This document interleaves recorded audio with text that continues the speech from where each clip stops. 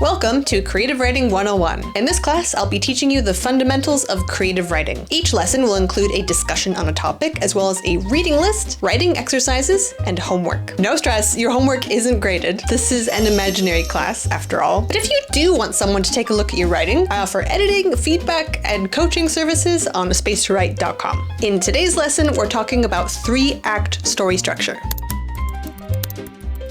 Now, story structure is a surprisingly complex topic, and there just isn't a one-size-fits-all approach to story. So today, I'm taking you through the basics of 3-act structure, which is the most universal structure. But there are plenty of others, and I also just want to assure you, you do not need to follow this structure exactly. Think of it as a strong suggestion rather than a requirement. The 3-act structure is universal because it works, but it's not the only thing that works. So rather than taking what I share here today as like this sacred formula, consider it just one way, albeit a very tried and true way, to tell a story. A 3-act structure essentially breaks the story down into 3 main parts: the beginning, the middle, and the end. So let's start with the beginning. A typical beginning contains these 2 elements: establishing your protagonist in their everyday life, followed by something that happens to divert them from their everyday life and send them down the path of the story. You can call these elements the setup and the inciting incident. So let's play with them a little bit so you can see them in action. I'm going to show you 3 images, and what I want you to do is use these images to inspire you to create a character. In just a very general sense, write down who they are and what their ordinary life is like. You can do just one, you can do all 3, it's up to you. Whatever you choose to do, take about 5 to 10 minutes to do this exercise, and then I'll explain part 2.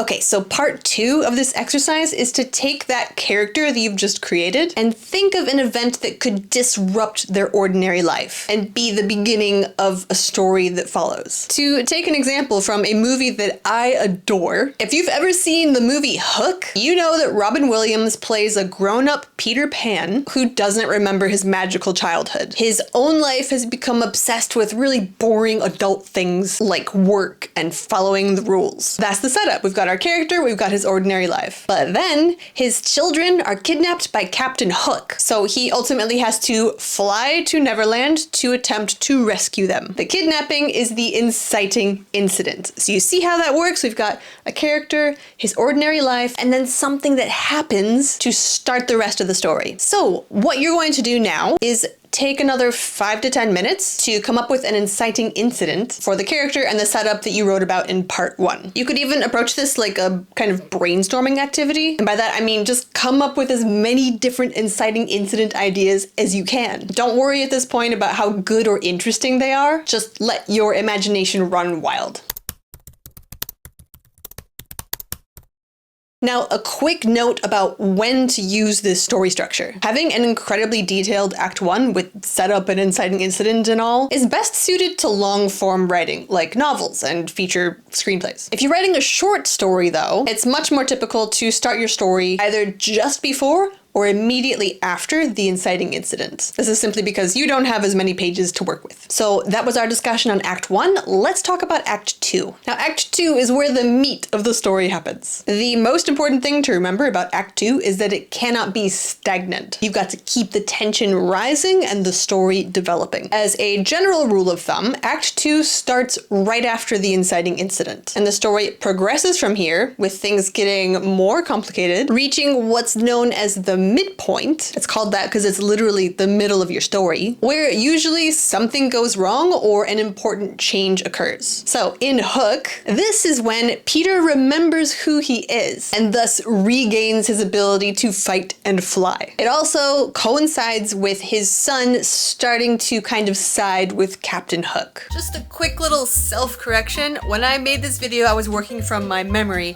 I've since gone back and gone through the movie Hook. You could probably argue that the actual midpoint is that delightful imaginary dinner scene where Peter finally taps back into his imagination and he can see the food that the Lost Boys are eating that was previously invisible to him. However, him remembering who he is a very important reversal, probably you could say that leads into the end of Act 2. So just wanted to clarify in case anyone is checking up on my all-important hook research. Okay, so that's the midpoint. After the midpoint, the story continues to progress, continues to develop, always headed toward the climax of Act 3, which we'll talk about shortly. So for our exercise here, I want you to remember the last movie you watched or book you read and see if you can identify the start of its Act 2. Remember that Act 2 usually happens right after an inciting incident. So you'll have to identify the inciting incident. That will usually give you a clue as to where Act 2 begins. So identify the start of Act 2 and also ask yourself, does the story contain a midpoint? Like I said, where things get worse or a change occurs. And finally, throughout Act 2, how does the movie or book maintain its momentum? All right, so reflect on those questions for about 5 to 8 minutes.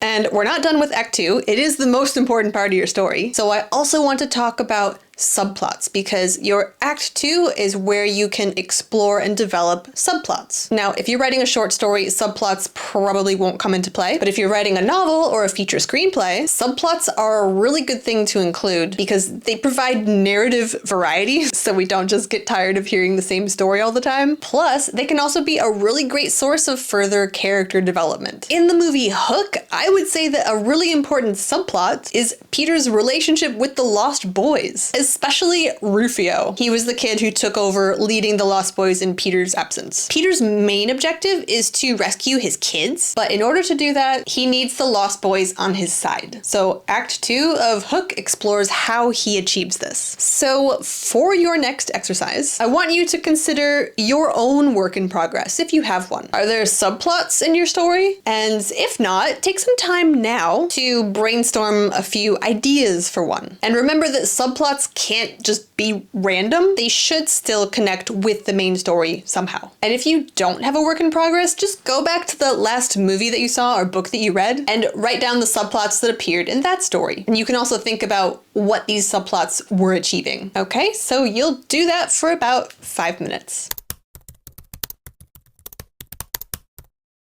We've made it to Act 3. This is the part of your story where you find the climax and the resolution. The climax is where the tension in your story is at its highest. It's a make it or break it moment, where the main character either will or will not achieve their ultimate goal. And because the tension in this moment is so high, you can't usually end a story right after its climax. So this is where the resolution comes in, which is also sometimes called the denouement. It takes the story just a few steps beyond the climax, giving us a hint of how the character's life has been changed. This resolution or denouement functions as a kind of sigh of relief. It allows the audience's emotions to return to a kind of stasis after the roller coaster ride of the climax. In Hook, the climax is that final battle between Peter and the Lost Boys and Hook and the pirates. This is then followed by the resolution, which shows Peter's return from Neverland and his kind of really happy reunion with his family. So in a nutshell, that's 3-act structure. It's okay if it feels like a lot, if you feel like you don't really understand it yet, because the best way to really get to understand this structure is to notice it in other works. So with that in mind, here is your homework. For the next week or so, spend a bit of time after every movie you watch or book that you read, just trying to map out its structure. Because it's so universal, most stories will follow the 3-act structure at least a little bit. So see if you can spot the important parts: the setup, the inciting incident, the midpoint, the climax, and the resolution. So that's part 1. Part 2 of your homework is to outline a 3-act story of your creation. This could be a story or a novel that you already have in progress, or you can come up with something entirely new. And what you're going to do is just map out those important plot points that we discussed today. And frankly, you don't even have to write this story in the end. The point of this exercise is more about gaining familiarity with the 3-act structure. So no pressure, just come up with something within the structure. And now for the reading list. I've structured these books into 2 sections, so books that adhere to a kind of traditional plot structure